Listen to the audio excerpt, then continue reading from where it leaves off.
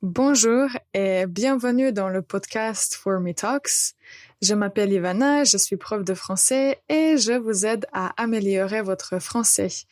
Aujourd'hui, avec mon invité Doug Goldstein, nous allons parler d'un sujet intéressant. Doug, est-ce que vous êtes prêt? Oh non, je ne suis pas prêt du tout. Attendez.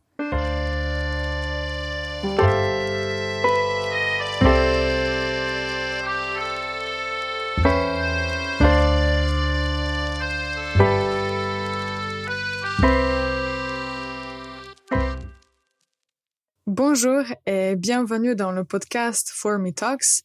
J'espère que Doug est prêt maintenant. Alors, qu'est-ce qui était tellement urgent? Oh Ivana, c'était très urgent. J'ai oublié de prendre mon café.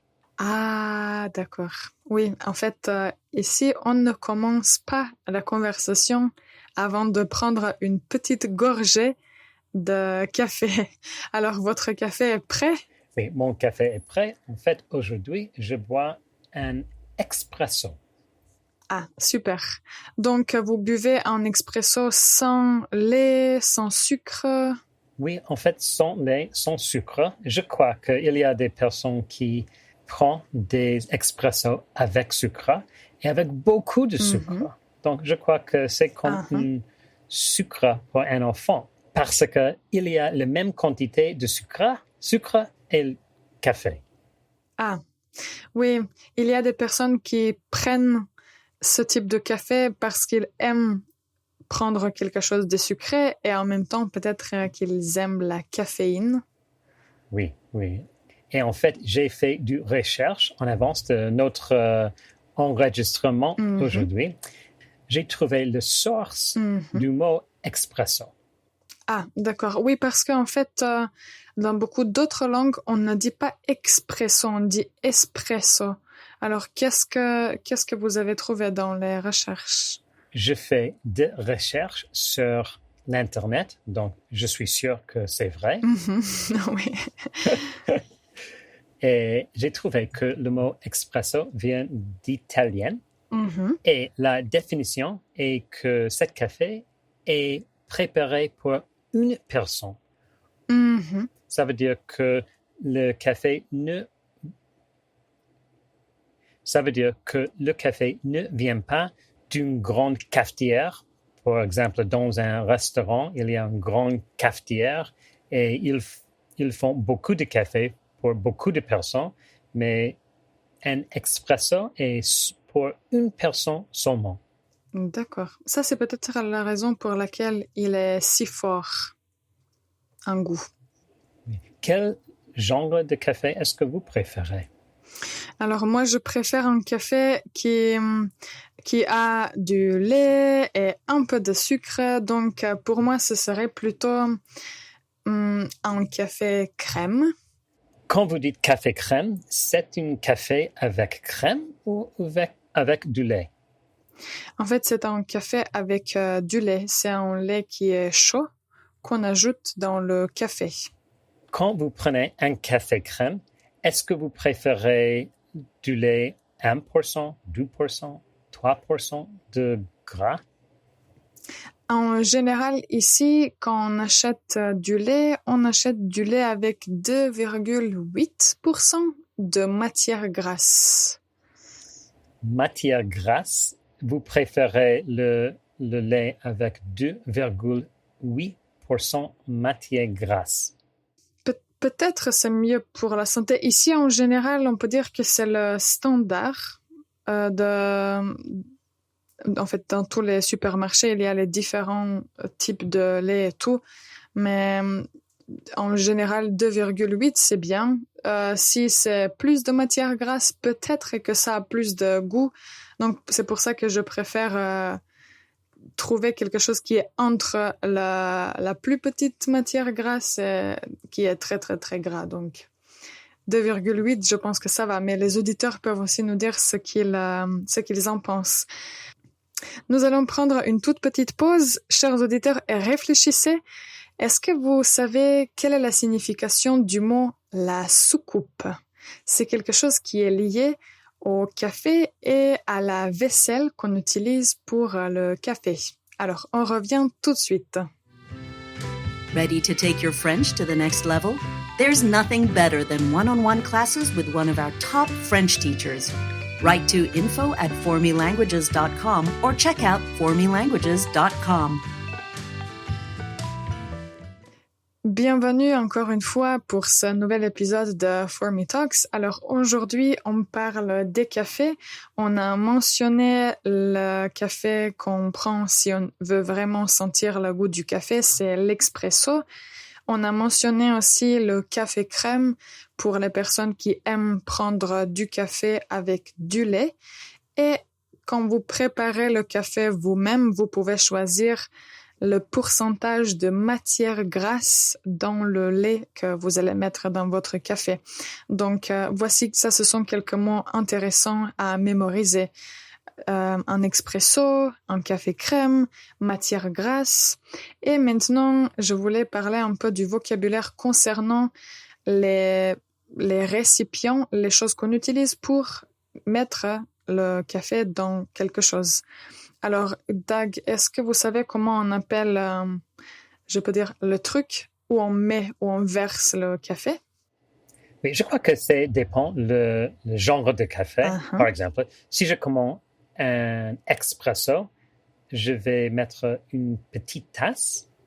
Mm-hmm. Oui, une petite tasse. Mais si je commande un café américain, peut-être je vais le prendre dans une soucoupe. Ah non, en fait, une soucoupe, c'est quelque chose de différent. Ah, qu'est-ce que c'est une soucoupe? Alors, je ne sais pas si les gens utilisent ça aujourd'hui. Je ne l'utilise pas, mais je sais que quand ma grand-mère préparait le café, il y avait toujours une tasse et au-dessous de la tasse, il y avait une soucoupe. Donc, vous prenez votre tasse de café, vous buvez ou vous prenez une gorgée et après, quand vous allez reposer la tasse, vous allez la mettre sur la soucoupe. Ah, peut-être la soucoupe, c'est comme une petite assiette? Oui, exactement. C'est ça.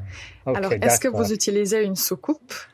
Non, je ne suis pas assez poli d'utiliser une soucoupe. Peut-être je vais mettre ma tasse sur un livre ou peut-être sur une serviette si la base de la tasse est mouillée. Je vais la mettre sur une serviette. Mm-hmm. Mais une soucoupe, je ne suis pas assez sophistiqué pour ça. Oui, mais je pense qu'avant, c'était très, très commun. Et même quand on achetait des tasses à café, on les achetait avec des soucoupes. C'était comme ça avant, mais maintenant, on ne fait pas comme ça. Je veux poser une question. Mm-hmm. Si je commande un café américain, je ne le veux pas dans une tasse. Je veux quelque chose de plus grand. Mm-hmm. Comment on dit le truc dans lequel je vais boire un café américain? Alors, tout d'abord, on peut dire une grande tasse et on peut dire aussi, en fait, ça c'est le mot anglais, mais je pense que les Français l'utilisent aussi en mug. Un mug.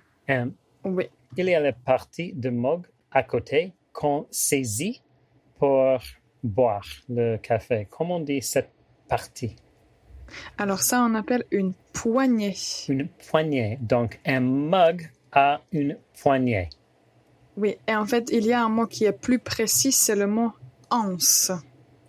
Anse. La anse, c'est le poignet ou c'est le mug? La anse, c'est la chose qu'on utilise pour prendre le mug ou la tasse. Une anse. Une anse, c'est la chose qu'on prendra quand on veut boire un café américain.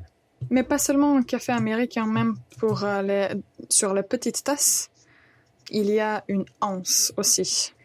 Oh, quelquefois, si on va dans un bar, peut-être, et on commande une bière, on peut le recevoir dans une grande tasse avec une anse.